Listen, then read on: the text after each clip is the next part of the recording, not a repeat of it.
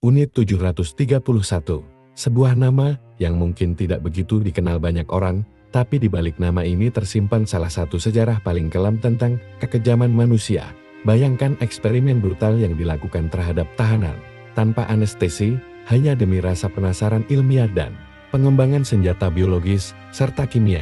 Di video kali ini, kita akan membahas secara detail bagaimana eksperimen tidak manusiawi ini dilakukan, dampaknya terhadap para korban, hingga bagaimana rahasia mengerikan ini akhirnya terbongkar. Siap-siap, karena ini bukan cerita yang Unit 731 ini adalah salah satu kejahatan perang paling brutal yang dilakukan Jepang selama Perang Dunia II.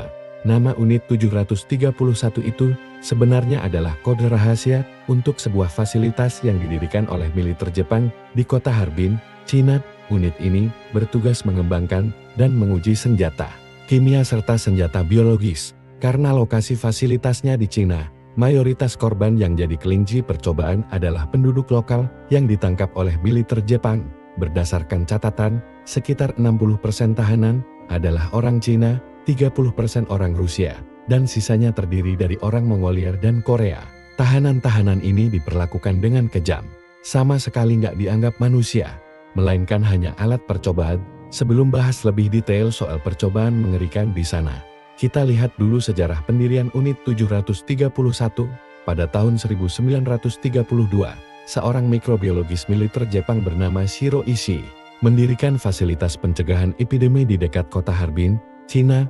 Ishii memang dikenal sangat tertarik dengan senjata kimia dan biologis. Fasilitas ini sempat ditutup pada tahun 1934 setelah ada 12 tahanan perang yang berhasil kabur.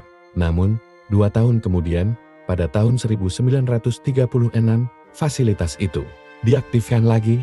Akhirnya, pada tahun 1941, fasilitas ini resmi dinamakan Unit 731 dan diperluas dengan cara membakar 300 rumah penduduk untuk memperbesar lokasi.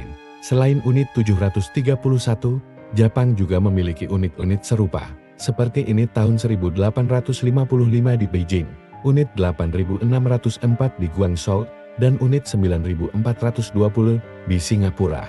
Unit-unit ini bertugas menguji senjata kimia dan biologis yang awalnya dikembangkan di Unit 731. Dengan kata lain, Unit 731 adalah sumber utama pengembangan senjata mematikan Jepang. Unit 731 terdiri dari 8 divisi, penelitian virus dan bakteri, pengujian dan produksi senjata, 3-4, pengembangan, pelatihan personal, 6-8, administrasi tahanan. Yang masuk ke fasilitas ini jumlahnya sangat banyak, hingga ada 3 divisi khusus administrasi untuk mengelola mereka. Ironisnya, tahanan yang masuk tidak pernah keluar hidup-hidup. Percobaan pertama adalah uji senjata. Tahanan disuruh berdiri pada jarak tertentu dari granat, misalnya 1 meter, 2 meter, 3 meter, dan seterusnya. Peneliti ingin mengetahui efek ledakan pada tubuh manusia dari berbagai jarak. Tahanan yang berdiri paling dekat sudah pasti hancur, sedangkan yang lebih jauh mungkin hanya terbakar. Selain granat, mereka juga melakukan pengujian dengan bom nuklir mini, tujuannya untuk melihat dampak langsung bom tersebut pada manusia. Jika dampaknya tidak langsung menghancurkan tubuh, biasanya korban terkena radiasi yang menyebabkan efek berkepanjangan hingga ke generasi berikutnya.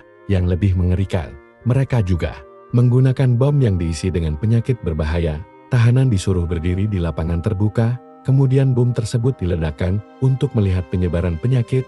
Mereka menggunakan bom yang diisi dengan penyakit berbahaya. Kok bisa-bisanya tega begitu, ya? Bingung gue.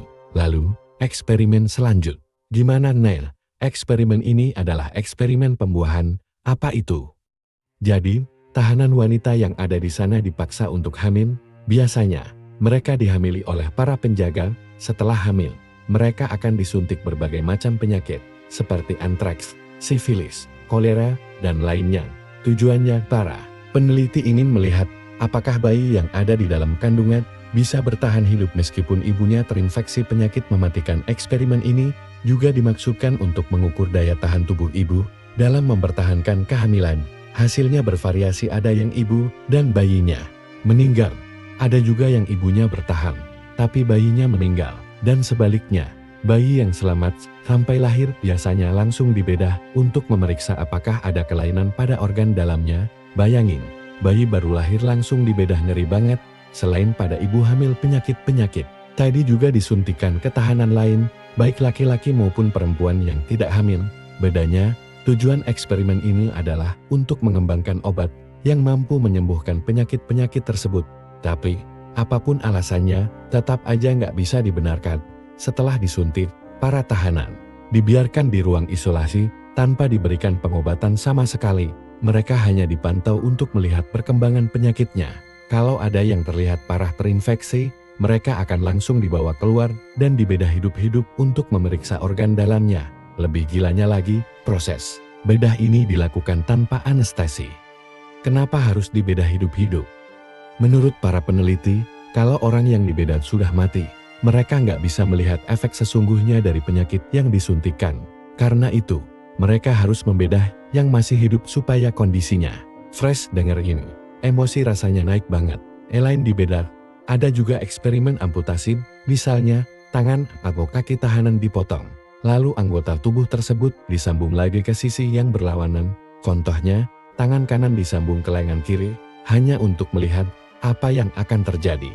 Profesor Nakagawa Yozo dari Universitas Osaka, yang semasa hidupnya pernah menonton video eksperimen unit 731, mengatakan bahwa banyak dari eksperimen tersebut tidak ada hubungannya dengan kemajuan ilmu kedokteran atau medis. Beberapa eksperimen, menurutnya, dilakukan hanya karena rasa penasaran, kayak, kalau ini kita giniin, jadinya gimana ya?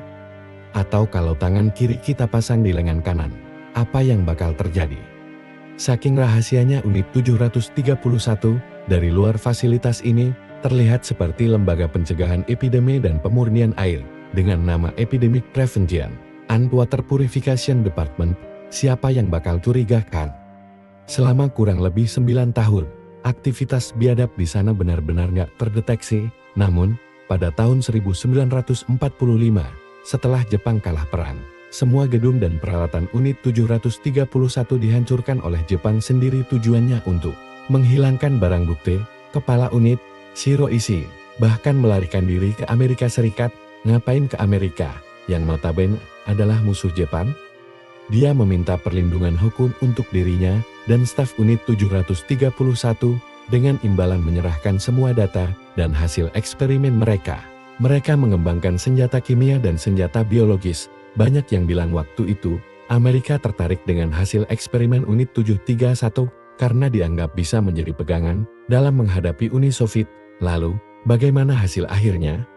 Pada tahun 1947, Amerika sepakat untuk tidak menuntut Jepang atas kejahatan perang yang mereka lakukan.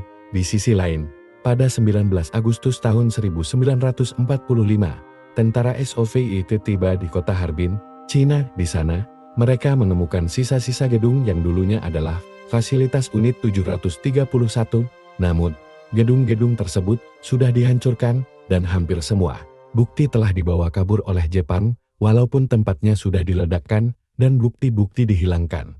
Tentara Soviet tetap berhasil menemukan beberapa bukti yang cukup untuk menunjukkan bahwa percobaan kejam memang pernah dilakukan di tempat itu demi pengembangan senjata kimia dan biologis. Akhirnya, beberapa personel unit 731 berhasil ditangkap, namun dari sekitar 1.600 orang yang terlibat, hanya sedikit yang dijatuhi hukuman. Hukuman maksimal yang mereka terima adalah 25 tahun penjara, dan tidak ada yang dihukum mati. Rasanya, apakah hukuman itu sebanding dengan kejahatan mereka? Jenderal Masaji Kitano, yang menunjuk Shiro Ishii sebagai penanggung jawab unit 731, berhasil kembali ke Jepang dengan selamat. Bahkan, Shiro Ishii kemudian menjadi pemimpin perusahaan besar di Jepang. Yang bikin geram lagi, Jepang sama sekali tidak mau mengakui keberadaan unit 731 selama bertahun-tahun. Mereka baru mengakui keberadaannya pada tahun 1984. Dokumen resmi tentang unit 731 pun baru dirilis pada tahun 2018. Gila banget. Rasanya seperti cerita dari level lain, benar-benar bikin emosi. Jadi, itulah kisah kelam tentang unit 731, sebuah pengingat betapa mengerikannya sisi gelap dan kekuasaan. Sejarah ini mengajarkan kita pentingnya menjaga kemanusiaan Bahkan di tengah konflik yang paling sulit sekalipun, kalau kalian punya pendapat, tambahan, atau ingin berdiskusi lebih lanjut, tulis di kolom komentar ya. Jangan lupa like video ini, subscribe di channel kami, dan nyalakan lonceng notifikasinya supaya nggak ketinggalan cerita menarik lainnya. Sampai jumpa di video berikutnya, dan tetap jaga hati, teman-teman.